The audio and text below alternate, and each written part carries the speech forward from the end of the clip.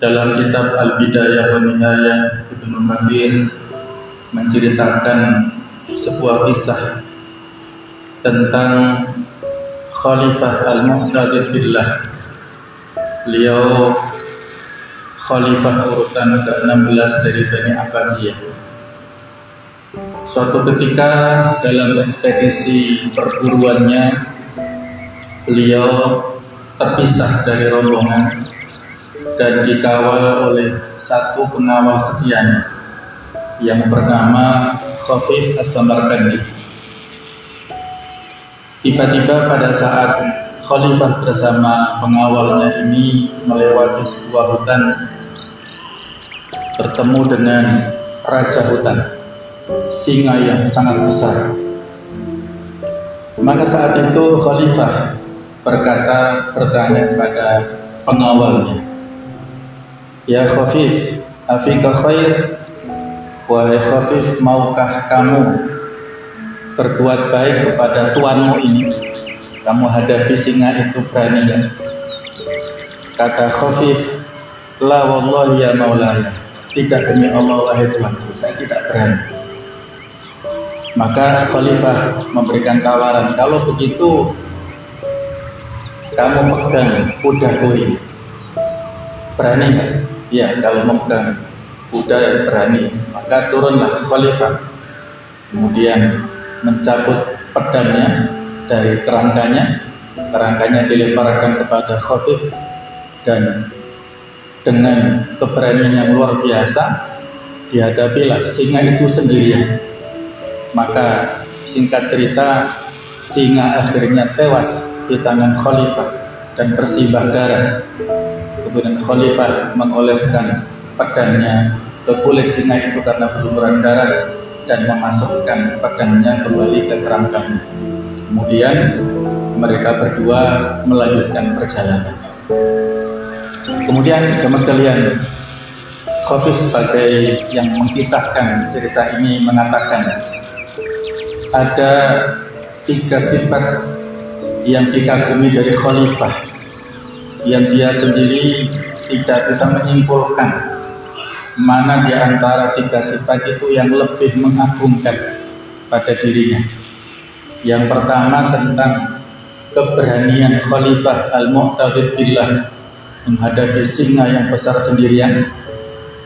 Yang kedua, dia tidak merayakan kemenangan tersebut, tidak menceritakan hal itu kepada siapapun sampai dia pulang, Khalifah pulang ke istana dan sampai meninggalnya Khalifah.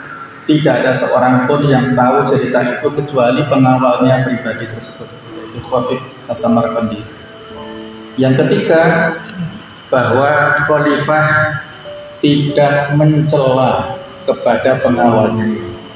Pada saat disuruh oleh Khalifah dia tidak berani, Khalifah tidak membulinya, tidak mengatakan kamu cemen atau pengecut atau penakut, tidak. Tapi Khalifah diam dan menghadapi singa itu sendiri. Hadirin rahimakumullah, kisah ini memberikan inspirasi kepada kita, yang mana kita yang hadir ini adalah kaum laki-laki dan kita adalah para pemimpin. Kullukum ra'in wa kullukum mas'ulun an ra'iyati.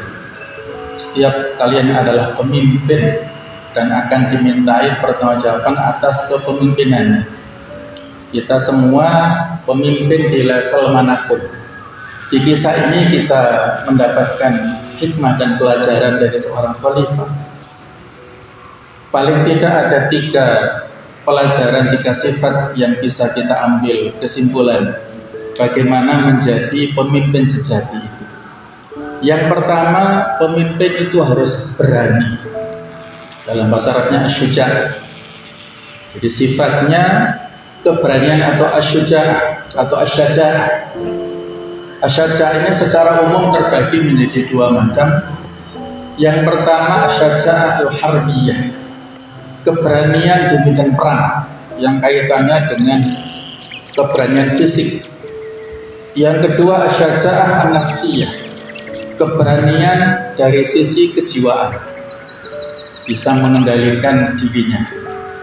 Yang pertama jemaah sekalian, al-syaja'ah al-harbiyah ini, menurut ulama bahwa seseorang itu bisa berani karena ada dua faktor utama. Yang pertama adalah karena keimanan, yang kedua adalah karena tawakalnya, berserah dirinya dia kepada Allah Subhanahu wa Ta'ala. Ketika orang memiliki iman yang kuat, dia yakin bahwasanya Allah Ta'ala yang memberikan perlindungan, dia tawakal totalitas kepada Allah, maka tidak ada yang bisa membendung, tidak ada yang bisa menakut-nakutinya. Dan juga didukung oleh zikir, ya. Kita harus banyak-banyak berzikir kepada Allah Ta'ala. Ini diajarkan Allah Ta'ala dalam surah Al-Anfal ayat 45. Ya ayyuhalladzina amanu idza laqitum fi'atan fasbutu wadhkurullaha katsiran la'allakum tuflihun. Wahai orang-orang yang beriman, apabila kalian bertemu musuh di medan perang, fasbutu, maka kokohkanlah kaki-kaki kalian, bersabarlah, teguhlah kalian, wadhkurullaha katsiran, dan banyak-banyaklah mengingat kepada Allah Ta'ala, la'allakum tuflihun, supaya kalian mendapatkan kemenangan. Hadirin rahimakumullah, dalam sejarah Islam banyak sekali contoh keberanian yang telah ditunjukkan oleh para panglima, para generasi sahabat ataupun sesudahnya. Di antaranya Khalid bin Walid, beliau sampai diberi julukan Saifullah al-Maslul, pedang Allah yang terhunus. Beliau pada saat menghadapi peperangan, memimpin peperangan itu mengharapkan kematian, tetapi ternyata beliau meninggalnya di atas tempat tidur karena sakit. Dan banyak sekali, tidak kurang dari 70 bekas luka-luka yang itu semua berada di bagian depan fisik beliau, tidak ada satupun yang di belakang. Artinya beliau sama sekali tidak pernah mencoba untuk lari dari medan perang. Maka beliau bersedih karena harapannya mati syahid di medan perang, tetapi meninggalnya di atas tempat tidur. Maka beberapa kawannya memberikan hiburan kepada Khalid, ya Khalid, anta Saifullah al-Maslul, wa ya Khalid, kamu ini pedang Allah yang terhunus, dan Allah tidak rela kalau pedangnya dicabut oleh musuh-musuhnya. Allah sendiri yang mencabut pedangnya, yang mencabut nyawamu ini, sehingga dia bisa terhibur dari kalimat-kalimat seperti itu. Ada lagi contoh sahabat yang lain, yaitu Abdullah bin Hudzafah. Pada saat pemerintahan Umar, beliau tertawan dalam sebuah peperangan oleh pasukan Romawi, dan pemimpin Romawi berusaha memberikan bujukan-bujukan. Dia dilepaskan dari penjara, kemudian diajak dialog dengan pemimpin Romawi saat itu untuk masuk Kristen, untuk masuk Nasrani dengan imbalan jabatan yang tinggi, harta jabatan yang banyak dari Romawi. Tapi singkat cerita, beliau tetap tidak mau. Maka diancam oleh pemimpin Romawi dengan dibuat bejana yang besar terisi air yang sangat panas. Siapapun yang dilemparkan ke situ pasti hangus terbakar. Dia juga tetap tidak mau, bahkan dia menangis seolah-olah dia merasa sedih dan akan menyerah. Tetapi ternyata menangisnya itu dia mengatakan begini, wahai pimpinan Romawi, saya menangis karena menyesal kenapa hanya punya satu nyawa. Saya ingin punya 100 nyawa, sehingga satu demi satu nyawa saya dilemparkan ke situ, meninggal terus hidup lagi sampai 100 kali. Akhirnya pimpin Romawi ini menyerah, dan pada permintaan terakhir, wahai Abdullah bin Hudzafah, maukah kamu supaya teman-temanmu itu terbebas, tapi dengan syarat? Apa syaratnya? Syaratnya kamu mencium keningku. Apakah betul, wahai baginda, kalau saya mencium kening Anda akan bebas kawan-kawan saya? Betul. Ternyata itu beliau lakukan, dan kawan-kawannya kaum muslimin terbebas semuanya. Sehingga pada saat mereka pulang ke Madinah, disambut oleh Khalifah Umar, dan Khalifah Umar yang pertama-tama mencium keningnya Abdullah bin Hudzafah untuk penghormatan, karena dengan itulah dia bisa membebaskan kawan-kawan. Ini diantara contoh keberanian para pendahulu kita yang luar biasa dari sisi fisiknya, dari sisi dalam medan perang. Kemudian kaitannya dengan syaja'ah nafsiyah, keberanian yang kaitannya dengan kejiwaan, ini digambarkan oleh hadis laisa syadid bisara'ah. Orang yang kuat itu bukan yang semata-mata kuat dalam hal fisik adu duel. Wa innama syadid man yamliku nafsahu 'indal ghadab. Orang yang kuat itu adalah orang yang sanggup mengendalikan dirinya pada saat emosi. Dia bisa mengendalikan emosinya dan tidak terbawa oleh suasana. Sehingga ada beberapa macam dalam bab keberanian secara mental ini. Di antaranya adalah berani menyatakan kebenaran. Bahkan dikatakan itu aktul jihad inda sultanin jair. Ujian yang utama adalah mengatakan kebenaran di depan pemimpin yang zalim. Yang kedua, berani untuk mengakui kesalahan dirinya, objektif. Walaupun dia pemimpin, ketika dikritik, ketika diluruskan, maka dia mengakui kesalahannya dan menerima kebenaran dari orang lain. Yang ketiga, dia berani menghadapi kesulitan atau ujian dalam kehidupan ini. Kemudian dia juga berani menjaga rahasia, amanah, informasi ataupun kaitannya dengan hal-hal yang strategis yang itu menjadi tanggung jawabnya, maka dia menjaga rahasia itu dengan sebaik-baiknya. Inilah ciri pemimpin yang pertama, seorang pemberani. Yang kedua, pemimpin itu hendaknya tidak memiliki sifat yang mudah ujub ataupun gurur, atau mungkin bahasa kita sekarang ya agak lebay gitu ya. Ini kita ambil dari kisah yang kita sebutkan tadi. Bagaimana kepahlawanan yang dilakukan oleh Khalifah Al-Muqtadir Billah itu tidak diceritakan kemana-mana. Tidak ada seorang pun yang tahu tentang kisah ini. Oleh karena itulah, sebagai pemimpin hendaklah dia tidak mudah menceritakan segala sesuatu tentang dirinya jika memang itu tidak diperlukan, kecuali apabila untuk sebuah strategi. Jadi dia berkarya, kalau dalam ada pepatah Jawa, sepi ing pamrih raut rame ing gawe. Jadi dia sepi dalam hal pamrihnya, tidak ingin mendapatkan pamrih pencitraan di mana-mana, tetapi dia rame ing gawe. Dia produktif dalam hal yang kaitannya dengan kemaslahatan kerja-kerja untuk umat. Inilah yang menjadi sebuah pelajaran yang bisa kita ambil dari kisah perjalanan sirah nabawiyah, bahwasanya kita mendapat pelajaran untuk merahasiakan hal-hal yang memang strategis. Jadi ada kisah bagaimana pengkhianatan yang dilakukan oleh kabilah yang bersekutu dengan orang-orang Quraisy. Kemudian Nabi bersiap-siap untuk menyerang kota Mekah, tetapi ternyata ada salah seorang sahabat yang dalam tanda kutip berkhianat, yang bernama Hatib ibnu Abi Balta'ah. Dia diam-diam menulis sebuah surat, dititipkan kepada seorang wanita, seorang budak.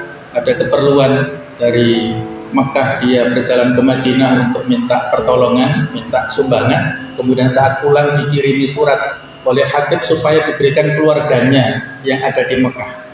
Maka Allah memberitakan informasi itu kepada Jibril dan disampaikan kepada Rasulullah SAW. Maka beliau memerintahkan kepada beberapa sahabat untuk mencegat wanita ini.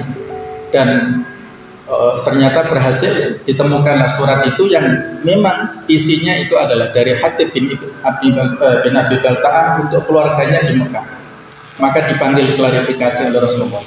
Kenapa kamu lakukan ini wahai Hatib? Maka dia ceritakan bahwasanya keluarganya di Mekah tidak punya sanak, tidak punya keluarga.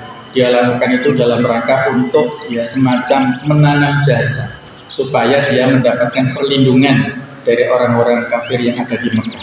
Singkat cerita, Nabi memaafkan kesalahan Hatib karena beliau adalah seorang ahli Badar, veteran perang Badar, sehingga diberikan dispensasi khusus walaupun kesalahannya sangat krusial ya.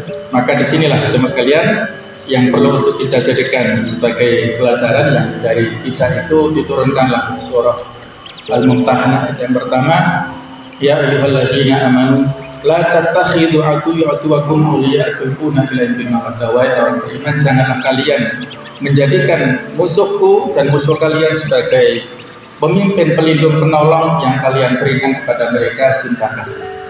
Itulah yang menjadi latar belakang dari cerita ataupun turunnya ayat pertama surah Al-Mumtahanah itu.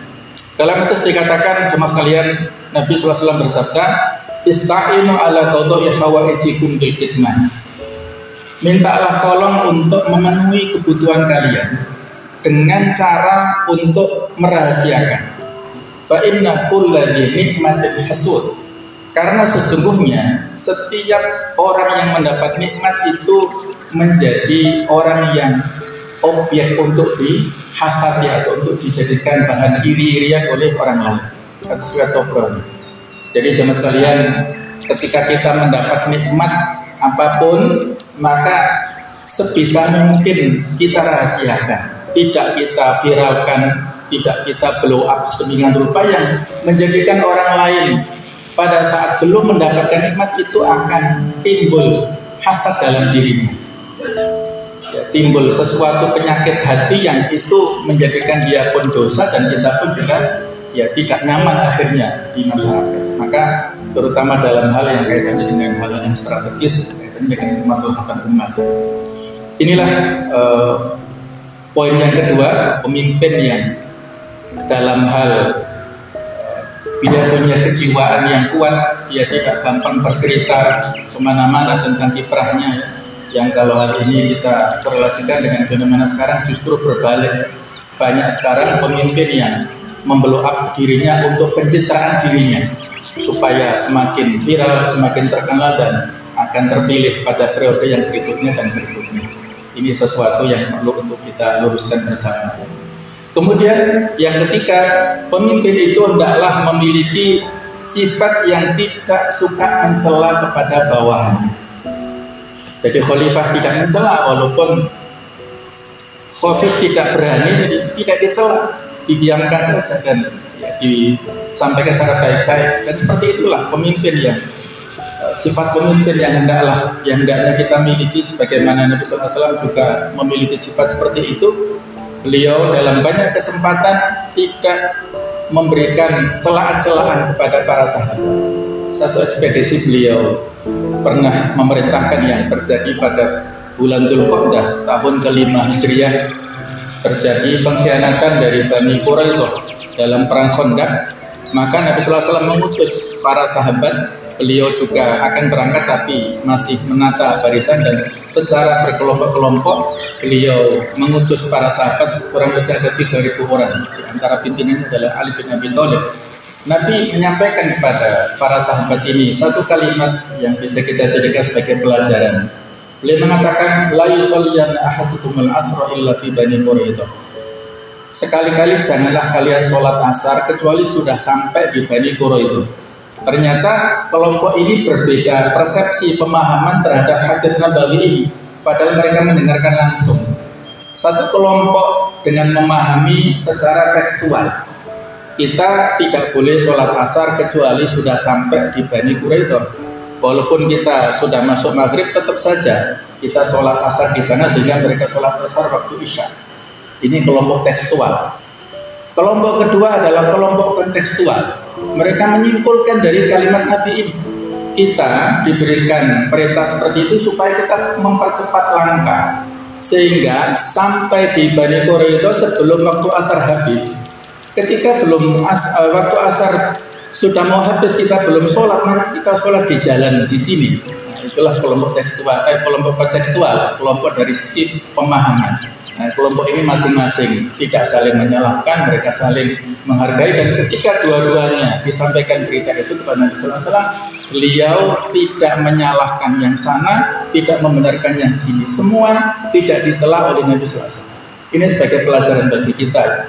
Betapa perbedaan pendapat terjadi di kalangan sahabat, mereka mendengarkan langsung instruksi Rasulullah. Dan ketika pemahamannya berbeda, sikap yang berbeda, beliau juga tidak menyalahkan. Maka kita pun juga demikian, kalau kita memahami hadis tertentu, pada saat ini dengan pemahaman yang berbeda, pemahaman yang ada dasarnya, maka tidak boleh satu sama lain saling menyalahkan, saling memojokkan, tetapi semua harus saling menghargai. Inilah sifat-sifat yang perlu untuk kita pelajari bersama dan kita pahami, kita praktekkan. Sebagai pemimpin kita punya sifat yang berani. Yang kedua adalah kita tidak gampang ujub ataupun gurur. Yang ketiga adalah kita tidak gampang mencemooh ataupun menjelekkan yang lainnya, terutama pada kolega-kolega kita. Mudah-mudahan ada manfaatnya.